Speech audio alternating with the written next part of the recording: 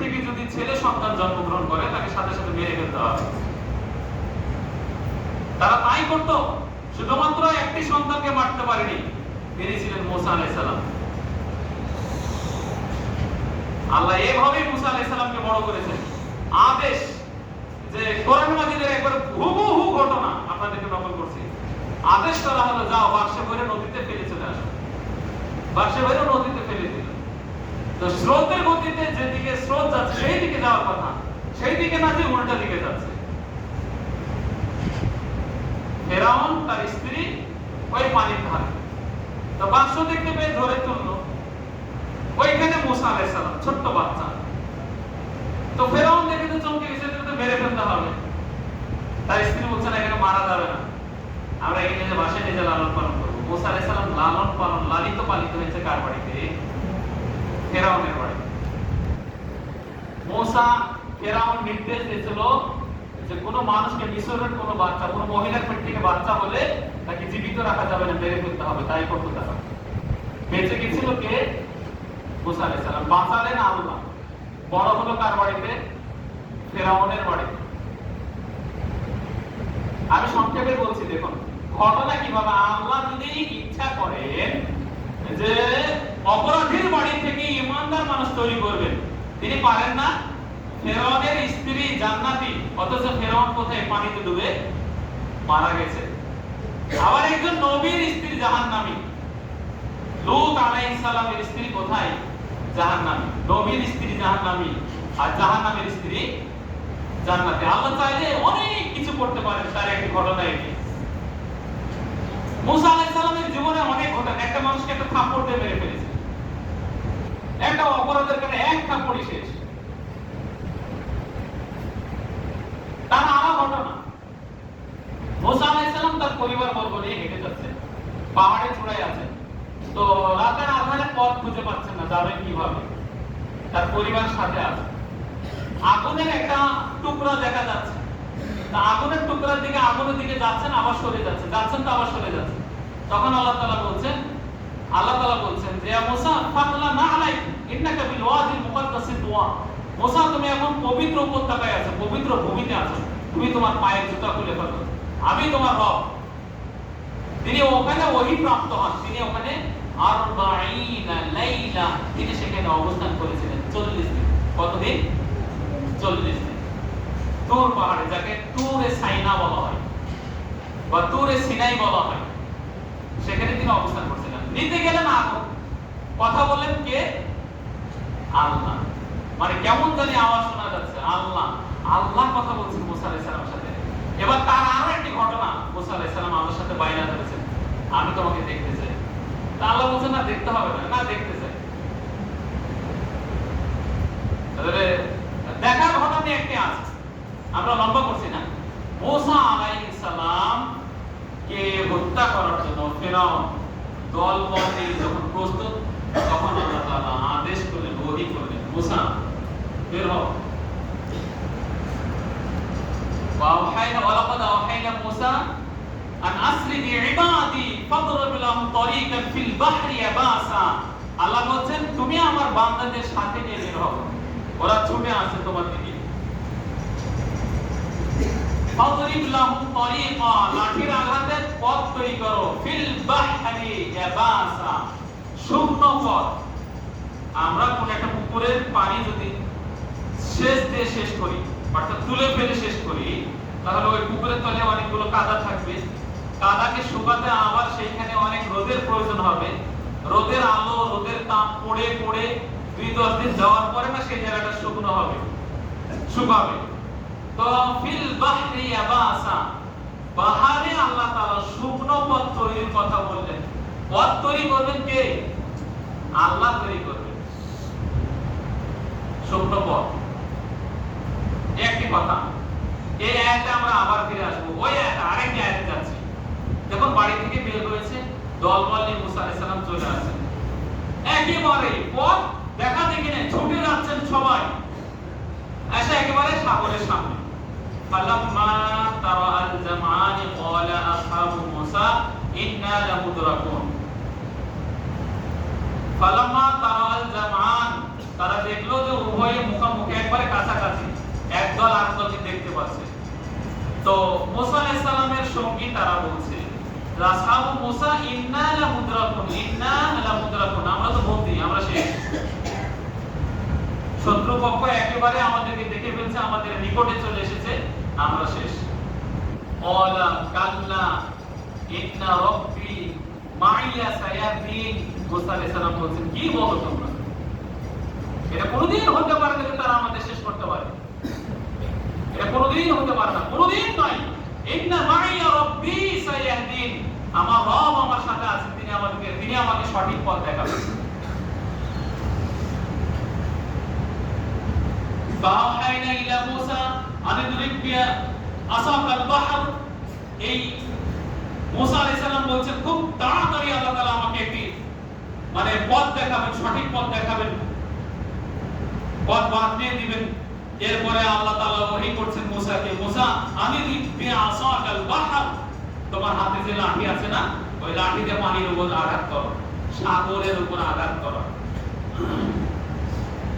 আমরা যে পুকুরে গোসল করি, আপনারা যাকে বাড়ির পাশে জোলা বলেন, পুকুর বলেন, এই পুকুরে আমি আপনি চাইলেও কি সাথে সাথে কোনো পথ বা দাঁড়িয়ে থাকার কোনো ব্যবস্থা সাথে সাথে কি করতে পারি? পানির উপরে বা পানিকে আমরা কি আলাদা করতে পারি সাথে সাথে?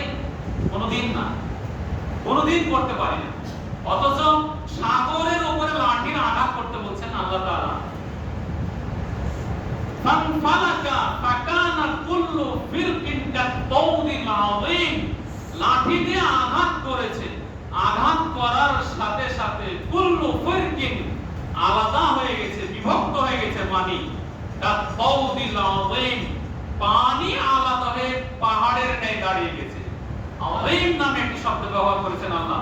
আযীম শব্দ হলো সুবিশাল পাহাড়, তার উচ্চতা কত হতে পারে সেটা আমরা বলতে পারি না। বিশাল পাহাড়, দুই দিকে পাহাড়ের পানির পাহাড় হয়ে পানি আলাদা হয়ে গেছে।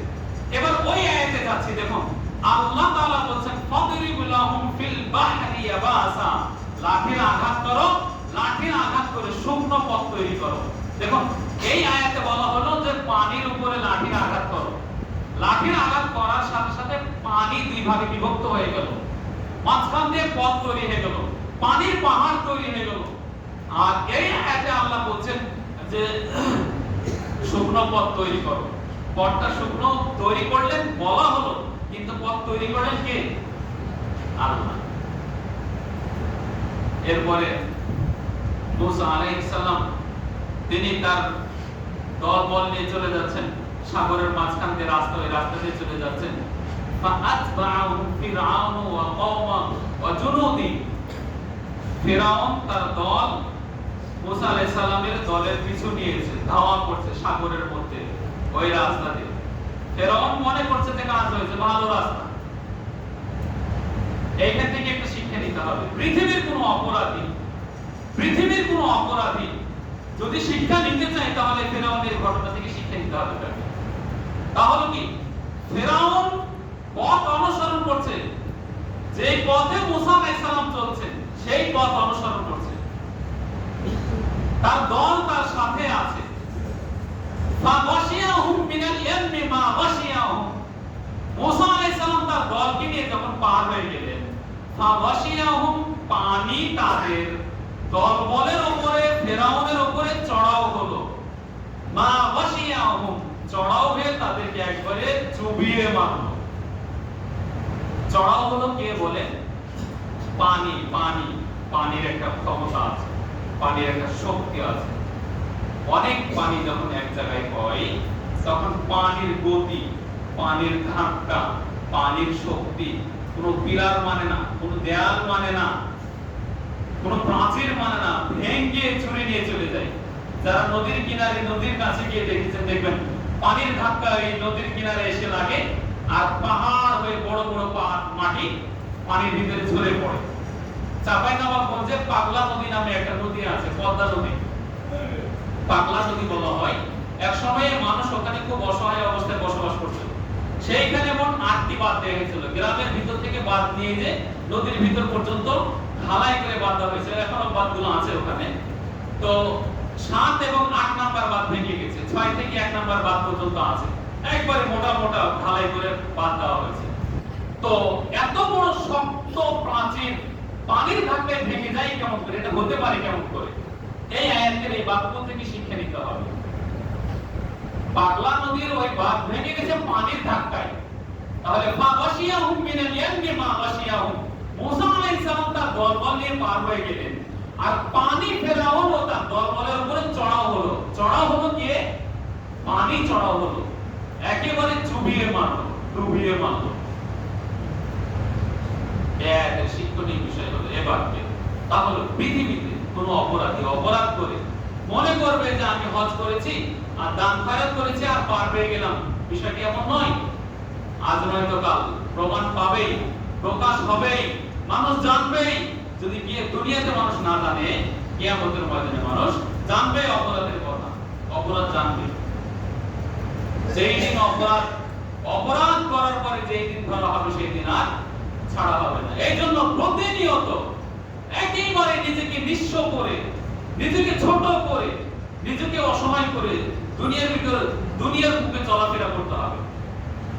ফিরআউন বলেছিল ফাকালা আনা রাব্বুকুমুল আ'লা, আমি হলাম তোমাদের বড় প্রভু, আমার ইবাদত করো। ফিরআউন ঘোষণা দিয়েছিল পৃথিবীর বুকে সবথেকে বড় স্বৈরাচারী, অত্যাচারী, বড় জুলুম করতে যে শাসক সে ছিল কে? ফিরআউন। এর মতো দ্বিতীয় অত্যাচারী পৃথিবীর বুকে আসে, তাকে আল্লাহ তাআলা পানির ভিতরে ডুবিয়ে মেরেছেন। ডুবিয়ে মারছেন আর আমরা ছোটখাটো অপরাধ করে মনে করছি যে হজ করলে মনে হয় পার হয়ে গেল। সাবধান, আল্লাহ তাআলা যেন আমাদের সবাইকে হেফাজত করেন, আমিন। মুসা আলাইহিস সালাম যখন পার হয়ে গেলেন, তখন রাসূল সাল্লাল্লাহু আলাইহি ওয়াসাল্লামের ওই হাদিস আপনাদেরকে সংক্ষেপে শোনাচ্ছি। মদিনা, মক্কা থেকে হিজরত করে মদিনা আসলেন, কদিমাল মদিনাতা। এরপরে ফাওয়াজাদাল ইয়াহুদা সিয়ামান, এসে ইহুদিদেরকে দেখলেন সিয়াম অবস্থায়, তারা সিয়াম পালন করছে। জিজ্ঞাসা করলেন এটা কিসের সিয়াম? তখন তারা বলছে যে এইটা হলো যে হাদা ইয়াউমুন আযীম, দিনটি হলো বড়। নাজ্জাল্লাহু মুসা ওয়া কওমাহু, আল্লাহ তাআলা এই দিনে মুসা এবং তার কওমকে মুক্তি দিয়েছিলেন, মুক্ত করেছিলেন। ওয়া গারাকা ফিরআউন ওয়া কওমাহু, আর ফিরআউন তার কওমকে আল্লাহ তাআলা ডুবিয়ে মারছিলেন। শুকরান লিল্লাহি ফাসামাহু মুসা, শুকরিয়াতান মুসা আলাইহিস সালাম এই দিনে আল্লাহ তাআলার শুকরিয়ার জন্য কি করেছিলেন? সিয়াম পালন করেছিলেন। তাই আমরা এই দিনে সিয়াম পালন করি। তখন আল্লাহ রাসূল সাল্লাল্লাহু আলাইহি ওয়াসাল্লাম ওই ইহুদিদেরকে বললেন যে তোমাদের থেকে আমরা অধিকতর নিকটবর্তী, খুব কাছের মুসা আলাইহিস সালামের, আমরা বেশি হকদার। তাই রাসূল সাল্লাল্লাহু আলাইহি ওয়াসাল্লাম ওই দিনে সিয়াম পালন করলেন। ওয়া আমারা বিসিয়ামিহিম, তা সাহাবীদেরকে, সাধারণ মানুষদেরকে তিনি কি করতে বললেন? সিয়াম পালন করতে বললেন। সেই সিয়াম হলো এই সিয়াম যাকে বলা হয় আশুরা সিয়াম। আশুরা সিয়াম কি? আফদালুস সিয়ামি শাহরুল্লাহ বা'দা রমাদান শাহরুল্লাহিল মুহাররম, উত্তম সিয়াম হলো রমাদান মাসের পরের সিয়াম। তা হলো কি? আল্লাহর মুহররম, আল্লাহর হারাম মাসের এই আশুরার সিয়াম। আবার বলছি, রমাদান মাসের পরে উত্তম সিয়াম হলো আল্লাহর হারাম মাসের আশুরার সিয়াম, অর্থাৎ 10 মুহররমের সিয়াম। রাসূল সাল্লাল্লাহু আলাইহি